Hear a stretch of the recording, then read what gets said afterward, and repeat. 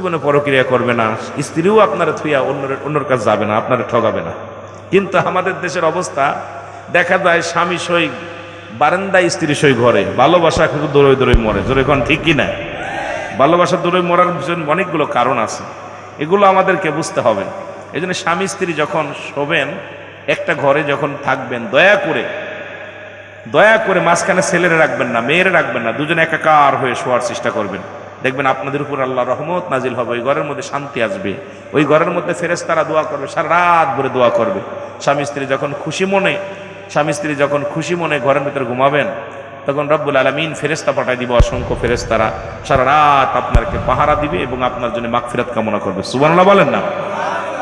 কিন্তু শুইতে যে লড়াই করবেন না, নাড়াই ধরবেন না, কথা বললেন। শুইতে যে অট্টগোল গালাগালি রাগারাগি মুখ কালাকালি করে ঘুমাইলে ও ওদিক ফিরে সই, এর মধ্যে রহমত পাওয়া যায় না। কার আব্বা নাই, কার মা নাই, কার আপনজন দুনিয়া থেকে বিদায় হয়ে চলে গেছে।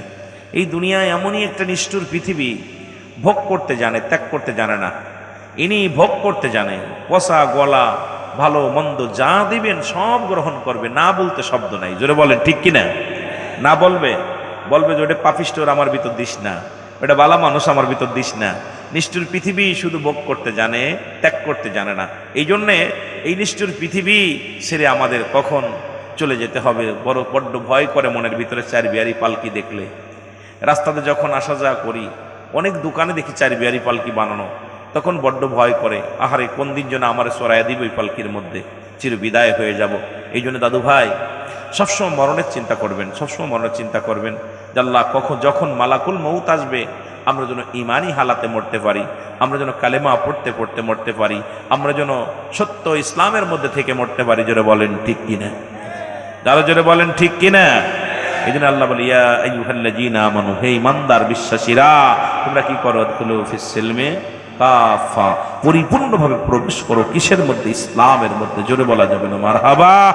আর একটু জোরে বলেন না মারহাবা? কিসের মধ্যে ঢুকতে বলছে? ইসলামের মধ্যে।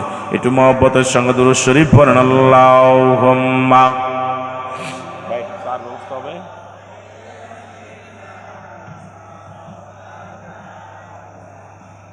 ওয়ালা আলি সাইয়্যিদিনা।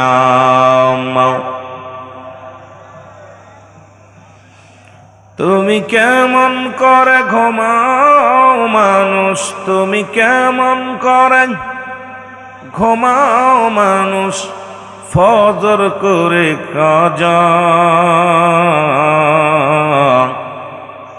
এমন তো হতে পারে জোহরে জানাজা তোমার, এমন তো হতে পারে জোহরে জানাজা। আল্লাহুম্মা। ভাই মাইক কান সে কম, এই মাইক আলা ভাই, মাইক কান সে কম, টাউন তো আর বাড়ায় রাখেন, একটু বাড়ায় রাখেন। ওয়ালা আলি সাইয়্যিদিনা। এ দুনিয়ার মুসলমান গভীর মনোযোগ। আল্লাহ রাব্বুল আলামিন রিয়াজুল জান্নাহ, বেহেশতের বাগানে আপনাকে আমাকে আসার মতো, বসার মতো সুযোগ দান করল। এ সময় কত মানুষ জেলখানায়, কত মানুষ হাসপাতালে, কত মানুষ মৃত্যু শয্যায় সজ্জিত। রব্বুল আলামিন আপনাকে আমাকে জেলখানায় নেন নাই, হাসপাতালে নেন নাই, পৃথিবীর কোন অন্যায় জগতে নেন নাই। পৃথিবীর মধ্যে সুন্দর পরিবেশ, কোরআনের মাহফিল আপনাকে আমাকে আসার মতো, বসার মতো সুযোগ দান করল। উচ্চ কণ্ঠে আওয়াজ নিয়ে আর একবার বলি আলহামদুলিল্লাহ। এ দুনিয়ার মুসলমান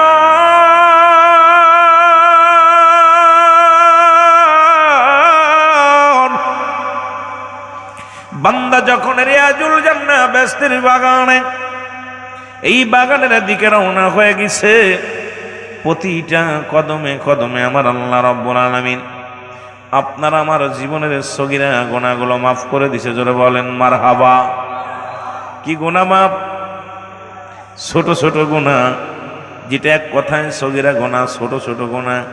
আমরা যেটা বুঝি ছোট গুনাহ আর বড় গুনাহ, ছোট গুনাহগুলো রব্বে কারীম মাফ করে দিছে। বান্দা তুমি যখন জান্নাতের বাগানের দিকে রওনা হয়ে যাও, ও বন্ধু, শুধু জান্নাতের বাগানে রওনা দেওয়ার কারণে যদি সগীরা গুনাহ মাফ হয়ে যায়, আমরা পদে পদে করছি কবিরা গুনাহ, নামাজ ছেড়ে দেয়া কবিরা গুনাহ, মিথ্যা বলা কবিরা গুনাহ, আমরা নামাজ পড়ি কি পড়ি না? কথা বলেন, আমার দোয়াজ করাইতে কষ্ট করতে হবে আপনাদের। নামাজ ছেড়ে দেয়া কবিরা গুনাহ, মিথ্যা বলা কবিরা গুনাহ। কি গুনাহ? জোরে বলেন কি গুনাহ? নামাজ ছেড়ে দেয়া কবিরা গুনাহ। এক ওয়াক্ত নামাজ যদি ছুটে যায়, 80 খুতবা পরিমাণ জাহান্নাম, যারা 1 খুতবা পরিমাণ হলো 2,88,00,000 বছর জাহান্নাম। আপনার আমার জীবন থেকে কত নামাজ চলে গেল, এই নামাজটার হিসাব যদি রব্বে কারীম ধরে, আমার মন বলে জাহান্নাম ছাড়া কোনো গতি নাই। জোরে বলেন ঠিক কিনা? নামাজ ছেড়ে দেয়া কবিরা গুনাহ, মিথ্যা বলা কবিরা গুনাহ, বেগানা নারীর সঙ্গে দেখা দিয়া কবিরা গুনাহ, বেগানা পুরুষের সঙ্গে দেখা দিয়া কবিরা গুনাহ। আইরে ঈমান চোরের দলেরা, আইরে বেঈমান মুনাফিকের দলেরা, আজকে সারা পৃথিবীর মধ্যে দাড়ি টুপি মাথায় দিয়া দুনিয়ার মধ্যে অন্যায় কাজে আমরা যারা লিপ্ত হয়ে গেছি, রব্বে কারীমের দরবারে যাইতে হবে, এই চিন্তা এই ভাবনা যাদের মধ্যে নাই, এদের মতো এরা তো মানুষের মধ্যে পড়ে না। জোরে জোরে বলেন ঠিক কিনা? যাদের সঙ্গে দেখা দিয়ে যায় তাদের সঙ্গে বিয়ে করা হারাম, যাদের সঙ্গে দেখা দিয়ে যায় তাদের সঙ্গে বিয়ে করা হারাম, যাদের সঙ্গে দেখা দেয়া হারাম তাদের সঙ্গে বিয়ে করা জায়েজ। শরীয়তের এই মাসলা অনুযায়ী যদি সমাজ যদি চলে, রাষ্ট্র যদি চলে, আমার দেশের অসংখ্য উলামা একরাম ধরা পড়ে যাবে, আমার দেশের অসংখ্য আলেম উলামা ধরা পড়ে যাবে। কারণ মুসলমান আজকে বেগানা নারী নিয়ে চাকরি করো, বেগানা নারীর সঙ্গে অফিস আদালত করো, এই মাসালা যদি তুমি জানো, এই মাসালা যদি জেনে তুমি এই অন্যায় পথে লিপ্ত হও, খোদার কসম, খোদার কসম, আল্লাহর আদালতে ধরা পড়ে যেতে হবে। জোরে জোরে বলেন ঠিক কিনা? গুনাহ এত পরিমাণ গুনাহ, এ তুমি সাউন্ডটা বাড়ায় রাখো, দরকার নেই, যেরাম একটু খালি বাড়ায় রাখো। বলতেছিলাম যে কথাগুলো বলি দিলের কান্ডা লাগা শোনো, যে কথাগুলো বলি এই গুনাহগুলো মাফের দরকার আছে কি না? জোরে বলেন আছে, আরো জোরে বলেন আসেনি। আল্লামা কুতুবী রাহমাতুল্লাহ বয়ান করে, দুনিয়ার মানুষ শোনো, হাজার গুনাহ করেছো, এই আসমান থেকে জমিন পর্যন্ত খালি জায়গা পরিমাণ সব জায়গায় গুনাহ করে ভরপুর করে ফেলেছো। বান্দা যখন কবরের ভয়, বান্দার দিলে যখন অন্তরে যখন মরণের ভয় চেপে যায়, বান্দা যখন ওই মরণের ভয়ে খাস তওবা করে আল্লাহ বলে ডাক দেয়, রব্বে কারীম বান্দার জীবনের সমস্ত গুনাহগুলো মাফ করে দেয়। জোরে বলেন সুবহানাল্লাহ। আরে আল্লাহ তো জান্নাত বানাইলো, জাহান্নাম বানাইলো, আদর করে মানুষ বানাইলো, পৃথিবীর মধ্যে ভালোবেসে আপনাকে আমাকে বানাইলো, জাহান্নামে দেওয়ার জন্য নয়, জান্নাতে দেওয়ার জন্য। ঠিক কিনা? জান্নাতে দেওয়ার জন্য। আর জান্নাতে যদি যেতে হয়, ও যুবক, জান্নাতে যদি যেতে হয় খোদা তাআলার ইবাদত বন্দেগী করা লাগবে। কারণ কিয়ামত পর্যন্ত আর কোন নবী আসবে না, কিয়ামত পর্যন্ত নবীদের দরজা বন্ধ, কিয়ামত পর্যন্ত তওবার দরজা খোলা। এই জন্য বেশি বেশি তওবা করবেন, বেশি বেশি চোখের পানি ছেড়ে কাঁদবেন, রব্বে কারীম যেন আপনার আমার জীবনের গুনাহগুলো মাফ করে দেয়। জোরে জোরে চিল্লায় বলা যাবে না মারহাবা। একটু মহব্বতের সঙ্গে দুরূদ শরীফ পড়েন আল্লাহুম্মা। বাজান একটু আগে আগে বসেন, এখনো সময় আছে, আগে বসেন না।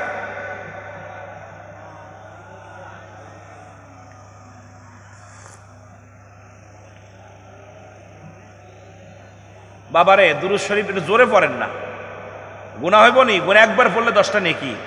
আল্লাহ খুশি হয়, রাসূল খুশি হয়, ফেরেশতারা খুশি হয়। নবীর উপরে দুরূদ পড়েন না একটু মহব্বতে। আল্লাহুম্মা সাল্লি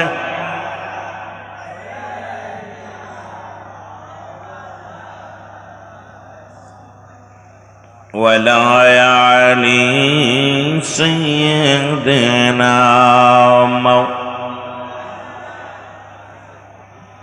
ফেরেশতারা হেসে বলে আজকে মোদের খুশির দিন,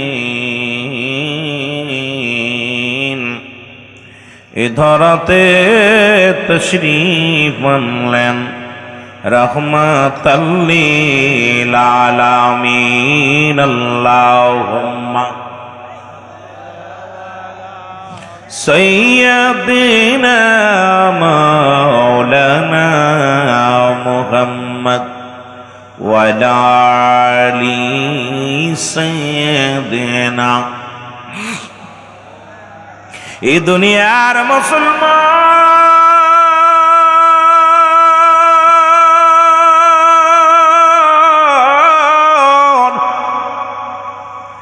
পৃথিবীর মধ্যে কুরআনুল কারীম এ মানব জাতির একমাত্র পথ দেখানোর জন্য রব্বে কারীম এই দুনিয়ার মধ্যে কুরআনুল কারীম পাঠাইলেন, যার মধ্যে কোনো ভুল নাই, যার মধ্যে কোনো মুসলমান ভেজাল নাই। যেটা আমার আল্লাহ বলেন, আমার সাথে বলেন না, জালিকাল কিতাবু লা রাইবা ফীহি। জোরে বলো আল্লাহু আকবার। আল্লাহ বলে এটার মধ্যে কোনো সন্দেহ নাই। কি নাই?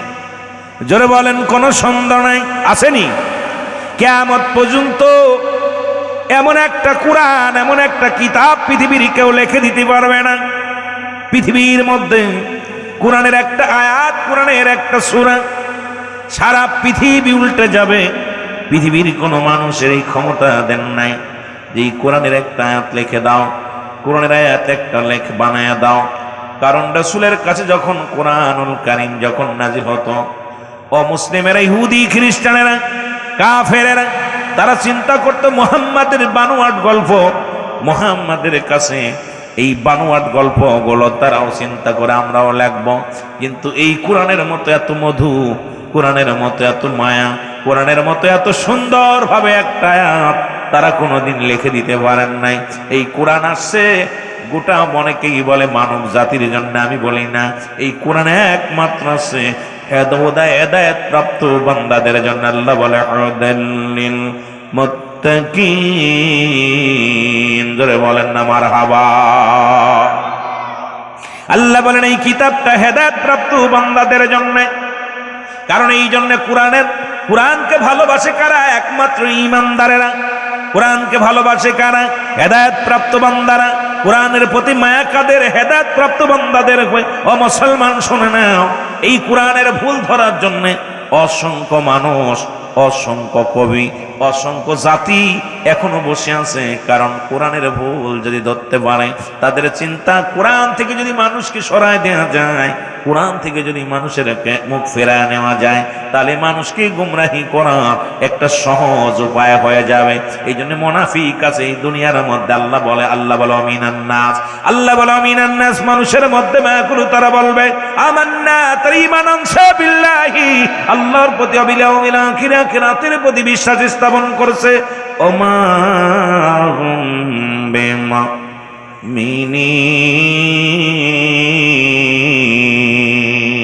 আল্লাহ বলে হাবিব, আপনার কদমের মধ্যে একদল মানুষ যাবে, তারা বলবে আমরা ঈমানদার, আমরা মুত্তাকিন, আমরা মুমিন, আমরা আল্লাহওয়ালা। না রে হাবিব না, ওদের জন্য আমি রেখে দিলাম মুআদ্দাতুল কাফিরিন। এই কাফের, এই মুনাফিক, এই বেঈমানদের জন্য আমি আল্লাহ রেখে দিলাম একটা নয়, দুটি নয়, 7টা জাহান্নাম। কয়টা? এই করে জোরে বলেন কয়টা? এটা একটু এদিক ঘুরে দিতে হবে, ফ্যানটা একটু ঘুরে দিতে হবে। আমার বাবারা, আমার বন্ধুরা, আমার একটা নয়, দুটি নয়, 7টা জাহান্নাম রেখে দিচ্ছে। কাদের জন্য? মুনাফিকদের জন্য। ওই মানুষের মধ্যে যারা ধোঁকা দেয়, যারা ইসলামকে ধোঁকা দেয়, যারা কোরআনকে ধোঁকা দিতে চায়, এই সমস্ত মানুষের জন্য রব্বে কারীম সুন্দর একটা জায়গা রাখছে। সেই জায়গাটার নাম হলো জাহান্নাম। দুনিয়ার অন্যায় করলে যেমন জেলখানা আছে, ফাঁসি আছে, যাবজ্জীবন জেল আছে, রব্বি করিমের দরবারে রব্বি করিম বিচার করবে। বিচার করে যার ফয়সালা দিব জাহান্নাম, সেই জাহান্নামের মধ্যেও নিম্ন জায়গা, সবচাইতে নিম্ন জায়গা হবে হুব্বুল ফুজুল, নিম্ন কাতারের জায়গা।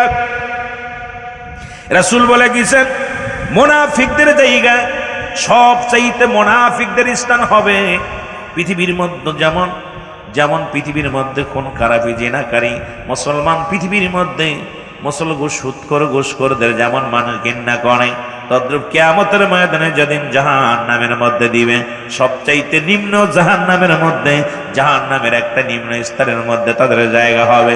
সেই জায়গাটার নাম হলো হুব্বুল ফুজুল, নিম্ন কাতার জাহান্নামীদের রক্ত পানি গড়ায়া গড়ায়া সেই ময়দানে যাবে, আর এইগুলো তারা পান করবে। সবচেয়ে নিম্ন কাতার হবে মুনাফিকদের জায়গা। জোরে বলো আল্লাহু আকবার। মুনাফিক সগলখোর এদের জায়গা হবে সবচেয়ে নিম্ন জায়গা, নিম্ন কাতারের জায়গা হুব্বুল ফুজুল। রাসূল বলছে সবচেয়ে জাহান্নামের একটা নিম্ন স্তরের জায়গা। পচা পানি, যেমন ময়লা আবর্জনা, আমরা একটা গর্ত থাকে, গর্তের মধ্যে যেমন দুনিয়ার পচা গন্ধ ময়লা আবর্জনা এটা ধুয়ে ফাইলই গর্তের মধ্যে যায়, জাহান্নামের পানিগুলো কুরক্তগুলো, বমি, রক্ত, কুরক্ত, গরম পানি, হ্যাঁ নিফাসের পানিগুলো, এগুলো প্রবাহিত হয়ে ওই খাদের মধ্যে যাবে, আর এই খাদের মধ্যে জায়গা হবে মুনাফিকদের। সুতরাং মুসলমান বাবারা আমার, এই জন্য আমি ছোট্ট একটা আয়াত থেকে শুরু করি। আল্লাহ বলো মিনান নাস, নাস শব্দের অর্থ কি? মানুষ। নাস শব্দের অর্থ কি? জোরে বলেন কি? আরো জোরে বলেন কি? এই মানুষদের বলছে আল্লাহ হে হাবিব, এই মানুষের মধ্যে কিছু মুনাফিক আছে যারা দুনিয়ার মধ্যে মুসলমান। শোনো, আজকে ইসলামটাকে ভালো লাগে না, ইসলামের লিবাস লাগাইছে, ইসলামের পোশাক পরে ইসলামের দোহাই দিয়ে পৃথিবীর মধ্যে বিভিন্ন কাজে লিপ্ত হয়ে যায়, বিভিন্ন কর্মে লিপ্ত হয়ে যায়। তারা উপরে লিবাসের মধ্যে মুসলমান, অন্তরের মধ্যে মুসলমান না। লিবাসের মধ্যে নবী, অন্তরের মধ্যে নবী নাই। লিবাসের মধ্যে ইসলাম, অন্তরের মধ্যে লিবাস ইসলাম নাই। এই জন্য আল্লাহ কয় ইমানদারেরা, বিশ্বাসীরা, তোমরা কি করো? পরিপূর্ণভাবে প্রবেশ করো। কিসের মধ্যে? ইসলামের মধ্যে। জোরে জোরে চিল্লায় বলা যাবে না মারহাবা। আল্লাহ বলে ইয়া আইয়ুহাল্লাযীনা আমানু। আল্লাহ যদি ইয়া আইয়ুহান নাস বলতো, এখানে নাস বলে নাই, বলছে নাকি? কি বলছে? ইমানদার। আল্লাহ কিন্তু ভালোবাসে ইমানদারদের। হে বৎস, হে আমার ভাই, হে আমার বন্ধু, হে আমার প্রতিবেশী, হে আমার বাবা, হে আমার মা, রব্বুল আলামিন বান্দাদেরকে ভালোবাসতে যায়, ইমানদারদের বেশি ডাক দিয়েছে। আল্লাহ বলে ইমানদারেরা, বিশ্বাসীরা। এখানে নাচ বলে নাই। নাচ বললে ইহুদিদের বুঝাতো, খ্রিস্টানদের বুঝাতো, নাসারাদের বুঝাতো, হিন্দুদের বুঝাতো, বৌদ্ধদের বুঝাতো। রব্বুল আলামিন বলছে অনেক জাতি থাকবে, অনেক বহু জাতি থাকবে, এর মধ্যে আমি একটা জাতিকে অত্যন্ত ভালোবাসি, তারা ঢুকে যাবে কাজে কিসের মধ্যে? ইসলামের মধ্যে। আল্লাহ বলে এ ইমানদারেরা, বিশ্বাসীরা, শুনে নাও, শুনে নাও, তোমরা প্রবেশ করো কিসের মধ্যে? পরিপূর্ণভাবে দাখিল হও, পরিপূর্ণভাবে প্রবেশ করো। আর্ধেক ঢুকবা, আর্ধেক ঢুকবা না। এ মুসলমান শোনো, পরিপূর্ণভাবে ঢুকে যাও কিসের মধ্যে? ইসলামের মধ্যে। ইসলাম মানে শান্তি, ইসলাম মানে আত্মসমর্পণ, ইসলাম মানে নিজে না খেয়ে অন্যরে খাওয়ানো, ইসলাম মানে নিজে না ঘুমান্নরে ঘুম পাড়ানো, ইসলাম মানে নিজে না জেগে জেগে থেকে অন্যরে ঘুম পাড়ানো, ইসলাম মানে সারেন্ডার করা। 80 থেকে 82টা অর্থ আছে ইসলামের। জোরে বল আল্লাহু আকবার। কয়টা? 80 থেকে 82টা অর্থ আছে ইসলামের। এখন ইসলামের মধ্যে ঢুকবে ইমানদার, কোন ধোঁকাবাজ না, কোন বেঈমান না, কোন মুনাফিক না, কোন মানুষের বাচ্চা না। ঢুকবে ইসলামের মধ্যে, ঢুকবে ইমানদার। আল্লাহর একটা দল আছে হিজবুল্লাহ, হিজবুশ শয়তান। এই হিজবুল্লাহ দলেরা ঢুকবে কিসের মধ্যে? জোরে বলেন না, কিসের মধ্যে? কথা বলেন না কেন? ইসলামের মধ্যে। আর ইসলামের মধ্যে ঢুকবে ইমানদারেরা। আল্লাহকে আমার একটা দল আছে, সেই দল হলো ইমানদার। ইমানদারদের ডাক দে, বলে ইমানদারেরা তোরা পরিপূর্ণ ঢোক কিসের মধ্যে? যখন ইমানদার ঢুকে যাবে ইসলামের মধ্যে, ওর দ্বারাই কোনো ক্ষতি হবে না সমাজে। ও চেয়ারের চিন্তা করবে না, সমাজের চিন্তা করবে, গদির চিন্তা করবে না, মুসলমান সমাজের চিন্তা করবে। ও মুসলমান শোনো, এই দুনিয়ার মধ্যে তার ভিতরে লোভ লালসা থাকবে না, তার ভিতরে দুনিয়ার কোনো লালসা থাকবে না। এই দুনিয়ার মধ্যে যারা ইসলামের মধ্যে ঢুকছে, এই দুনিয়ার মধ্যে তারা দুনিয়া করতে পারবে না, আল্লাহমুখী হয়ে যাবে। তাদের চিন্তাধারা সব সময় আল্লাহর দিকে, পৃথিবীর মধ্যে সব ছেড়ে দিবে। দুনিয়ার এই আবর্জনা, দুনিয়ার জঙ্গল যেমন মসল ছেড়ে দিয়েছিল ইব্রাহিম আদম যখন আল্লাহকে পাওয়ার জন্য ইসলামের মধ্যে প্রবেশ করলেন, দুনিয়ার রাজত্ব ছেড়ে দিয়ে জঙ্গলে বাসা বানাইলেন, কারণ দুনিয়া যেন তারে ধরতে না পারে। রাসূল বলছে বাল হুয়া কিলাফ, এই দুনিয়াটা পচা দুর্গন্ধ মরি, মানুষের চরিত্র হলো কুকুরের চরিত্র। এই দুনিয়ার পিছে যখন কোনো মানুষ পড়ে যাবে রে, এই দুনিয়ায় মানুষকে জাহান্নামের দিকে নিয়ে যাবে। আর যে ব্যক্তি দুনিয়া ছেড়ে দিয়ে আখিরাতমুখী হয়ে যাবে, দুনিয়া তারে ধরবে। মুসলমান শুনে নাও, এই দুনিয়া রব্বুল আলামিন তারে দান করবে। দুনিয়ার সঞ্চয়, দুনিয়ার ধন সম্পদ, দুনিয়ার সৌন্দর্য, দুনিয়ার যত বালাখানা, সব কিছু আমার রব্বে কারীম ওই বান্দারে দান করবে। জোরে জোরে বলেন মারহাবা। দুনিয়া ছেড়ে দিতে হবে, দুনিয়া আপনাকে ধরবে। আখিরাতের দিকে অগ্রসর হন, আল্লাহ দুনিয়া দিয়ে দিবে। আর যারা দুনিয়া নিয়ে ব্যস্ত, বাল্লাহু আখিলাফ, রাসূল বলছে এই দুনিয়াটা পচা দুর্গন্ধ মরি, মানুষের চরিত্র হলো কুকুরের চরিত্র। কুকুর যেমন মরি পাইলে খুশি হয়, সে যেমন আর মানুষ শুধু সম্পদ পাইলে খুশি হবে। আপনাদের বুঝাইলে অনেক কথা বলতে হয়, তবুও কষ্ট লাগে, কারণ সমাজে এখন আমরা বুঝতেছি যে আজকে সমাজের মধ্যে আমরা উলামায়ে কেরাম, উলামায়ে সুর, আজকে পৃথিবীর মধ্যে অসংখ্য উলামায়ে কেরাম যারা ইসলামটাকে এমন ভাবে ভুল ব্যাখ্যা দিয়ে, ভুল বিশ্লেষণ দিয়ে আমাদেরকে ক্ষতি করার পায়তারা শুরু করছে। তাদের কথাবার্তা দ্বারা ইহুদি খ্রিস্টানরা খুশি হয়, তাদের কথাবার্তা দ্বারা ইমানদারের বুকে আঘাত লাগে। জোরে বলেন ঠিক কিনা, আরো জোরে বলেন ঠিক কিনা। আহা, এ পিঠ ও পিঠ সমান, কয় কোরআন রোজা পূজা এক, কত কথা আমরা শুনতেছি। কথাগুলো কোরআনের মাহফিলে কোথায় লেখা আছে আমাকে দেখাইতে হবে। কোরআনের কোথাও লেখা আছে এই সমস্ত ভণ্ডামি?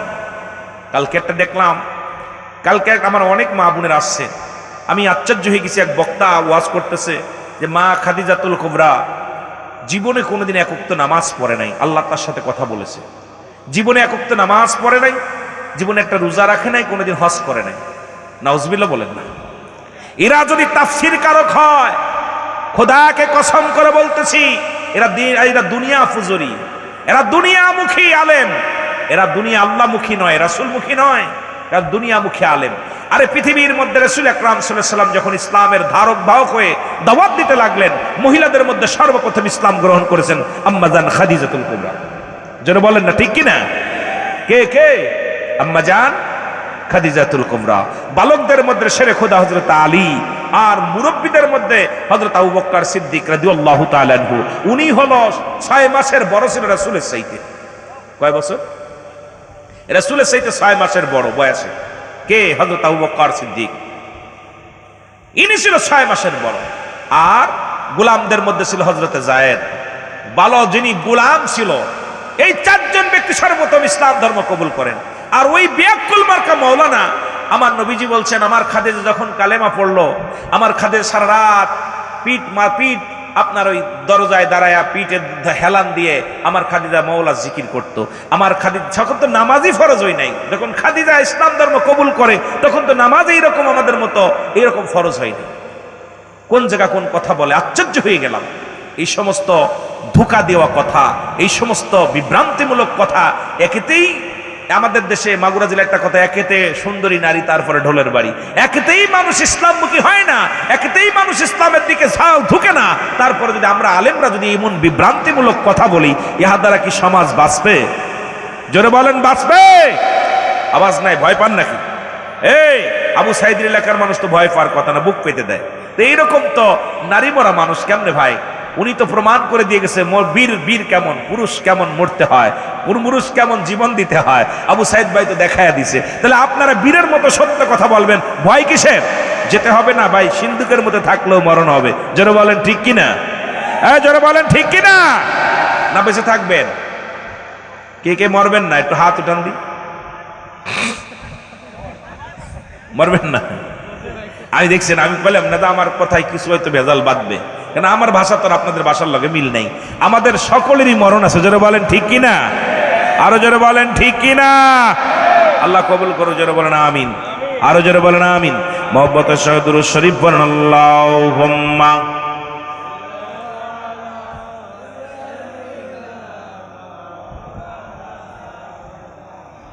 ওয়ালা আলি সাইয়্যিদিনা মুহাম্মাদ। আল্লাহুম্মা মাইকে আলোচনা করে মজা পাচ্ছি না, টানতেছে কম, টানছে কম মাইকে। ওয়ালা আলি সাইয়্যিদিনা। তাহলে ইসলাম মানে আজকে ভালো করে বুঝে নেন, ডকবে কারা? ইমানদারেরা। এখন ইমানদারদের কারা? ইমানদার কারা? যারা পৃথিবীর মধ্যে কালেমা পড়লো। ইমান আনার জন্য এক নাম্বার শর্ত হলো কালেমা, জোরে বলেন ঠিক কিনা।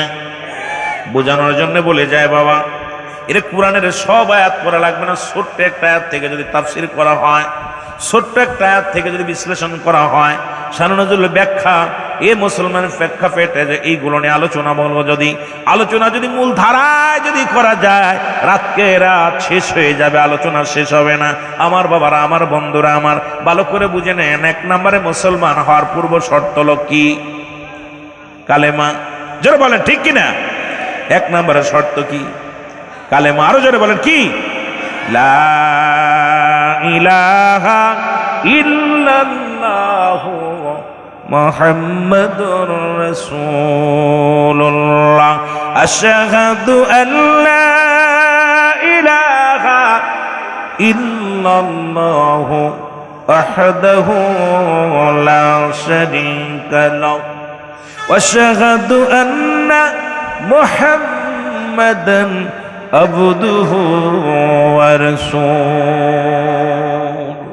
এই পরিষ্কার কর বাবা, মাইকটা ঠিক কর। মাইক তো অনেক সুন্দর সাউন্ড ছিল, এত সুন্দর ক্লিয়ার আওয়াজ ছিল, এখন ড্যাব ড্যাব ড্যাব ড্যাব ড্যাব ড্যাব করলে কথা বোঝা যায় না। যে কথা বলতেছিলাম, মুসলমান গভীর মনোযোগ। এক নম্বরে কালেমা, দুই নম্বরে নামাজ, ঠিক কিনা? তাহলে মুমিন হতে হলে, ইসলাম বা যদি ঠিক রাখতে হলে, এক নম্বরে কালেমা পড়ছো, নামাজ লাগবে কি লাগবে না? যেটা বলেন লাগবে কি লাগবে না? কালেমা, নামাজ, রোজা, হজ, যাকাত কাদের জন্যে? যেটা বলেন কাদের জন্যে? ইহুদিদের জন্যে, খ্রিস্টানদের জন্যে, অমুসলমান বৌদ্ধদের জন্যে, হিন্দুদের জন্যে। পৃথিবীর মধ্যেই চারটা, হিন্দুদের জন্য লাগবে যদি ঈমান এনে থাকে, বৌদ্ধদের জন্য লাগবে যদি ঈমান এনে থাকে, নাসারাদের জন্য লাগবে যদি ঈমান এনে থাকে। কারণ যখনই পড়েছে কালেমা, সঙ্গে সঙ্গে তার জন্য নামাজ ফরজ হয়ে গেছে। জোরে বলেন ঠিক কিনা। যখনই সে ঈমান আনছে, তখন তার উপরে চেপে পড়বে। সে তার বৌদ্ধ থাকবে না, খ্রিস্টান থাকবে না, নাসারা থাকবে না, ইহুদি থাকবে না, সে হবে ঈমানদার। জোরে বলেন ঠিক কিনা, আরো জোরে বলেন ঠিক কিনা। সুতরাং যুবক বন্ধুরা আমার, রব্বুল আলামিন আপনাকে কেমন সুন্দর বিধান দিয়ে দিলেন, বিধান দিলেন। ও যুবক, দিলের কান্ডা লাগা শোনো, রাসূলুল্লাহর কাছে এক নাম্বার প্রিয় ছিল নামাজ, এক নাম্বার প্রিয় ছিল কি? আর যারা নবীরে ভালোবাসেন একটু হাত তুলে দেখান, নবীর প্রতি ভালোবাসা আছে কার কার? সবার ভালোবাসা আছে, জোরে বলেন মারহাবা। নবীর কাছে এক নাম্বার প্রিয় ছিল নামাজ, নবীর সাহাবীদের কাছেও ছিল এক নাম্বার নামাজ, নবীর বিবিদের কাছেও ছিল এক নাম্বার নামাজ, নবীর সাহাবী নবীর উম্মতের কাছেও এক নাম্বার হওয়ার দরকার কি? আর একটু জোরে বলেন এক নাম্বার হওয়ার দরকার কি? আওয়াজ কিন্তু জোর হয় নাই। নবীর কাছে যদি প্রিয় হয় নামাজ, আপনার কাছে কি হওয়ার দরকার? রাসূলুল্লাহর কাছে এক নাম্বার প্রিয় ছিল নামাজ। ও যুবক, নবীর সাহাবীদের কাছেও ছিল এক নাম্বার নামাজ, তবে তাবিদের কাছেও এক নাম্বার নামাজ। আমার বাবারা আমার, যেহেতু আমরা নবীর উম্মত, আমাদের কাছেও এক নাম্বার প্রিয় হওয়া দরকার নামাজ। ঠিক কিনা, ঠিক কিনা? দুই নাম্বার রাসূলুল্লাহর কাছে প্রিয় ছিল তার উম্মতগণ। কি কি? জোরে বলেন তার উম্মতগণ। দুই নাম্বার প্রিয় ছিল তার উম্মতগণ। পৃথিবীর মধ্যে নবীজি নিজের জীবনের চাইতে উম্মতদের ভালোবাসতেন। তার প্রমাণ তায়েফের জমিন।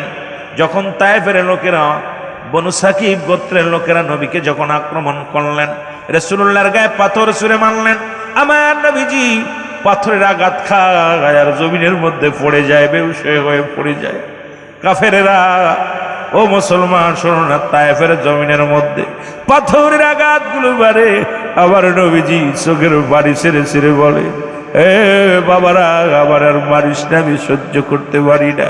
কয় মুহাম্মদ, তোমাকে পাথর মারি রক্ত ঝরে গা দিয়ে আমরা আনন্দ পাই। আমার নবী কয়, ও তায়েফের ছেলেরা রে, যদি তোরা আনন্দ পাস আমি তোদের বারণ করব না, তবে বড় পাথর মারিস না, ছোট ছোট পাথর আমার গায়ের মধ্যে মার। সেদিন রাসূলুল্লাহ কেঁদেছিল আর বলছে, আল্লাহ তুমি আমাকে আরো ধৈর্য ধরার তৌফিক দান করে দাও, যেন আমার উম্মতিদের পাশে দাঁড়ানোর জন্য, আমার উম্মতিদের সত্যের কথা বলার জন্য তৌফিক দান করে দাও। কারণ এই দুনিয়ার মধ্যে আমার কাঞ্চ উম্মতের কান্ডারি বানাইয়া হায়াতি খায়রুল লাকুম, আমার হায়াতের জিন্দেগিটা আমার উম্মতের জন্য কল্যাণ স্বরূপ বানাইয়া দিছো আল্লাহ। ওফাতি খায়রুল লাকুম, আমার ওফাতটাও তুমি উম্মতের জন্য কল্যাণ করে দিছো আল্লাহ। আল্লাহ যেহেতু তুমি এই দুনিয়ার মধ্যে আমার উম্মতের জন্য, এই দুনিয়ার মধ্যে আমারে পাঠাইলা, আবার এই দুনিয়া থেকে বিদায় করে দিবা, আমার উম্মতের জন্য যতই নাগাদ খাই না কেন, যত কষ্ট পাই না কেন, আল্লাহ ধৈর্য ধারণ করার তৌফিক দান করো আমারে। জোরে জোরে বলেন মারহাবা।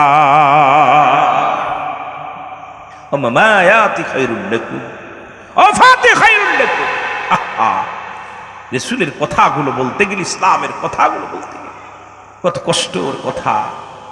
রাসূল সবচেয়ে পৃথিবীর বুকে তায়েফের ময়দানটা রাসূলের ছিল সবচেয়ে কষ্টদায়ক। এই দশম হিজরিতে আমার রাসূলের জীবনের বড় মর্মান্তিক কাহিনী। আমার রাসূলকে নির্যাতন করছে, আঘাত করছে। রাসূল শুধু কাঁদছে আর বলছে, আল্লাহ আমার উম্মতের জন্য তুমি আমাকে শক্তি দাও, যাতে করে আমার উম্মতেরা যেন বিভ্রান্তি না হয়, আমার উম্মতেরা যেন পথভ্রষ্ট না হয়। জোরে বলা যাবেন আল্লাহু আকবার। একটু মহব্বতের সঙ্গে দুরূদ শরীফ পড়েন, আল্লাহুম্মা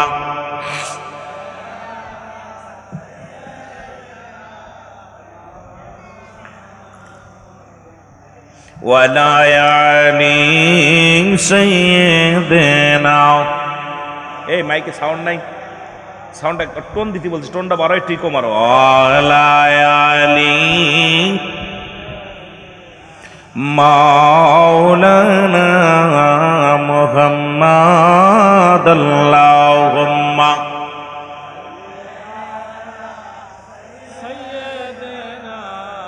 মাওলানা মুহাম্মাদ আলা সাইয়্যিদিনা। এ দুনিয়ার মুসলমান,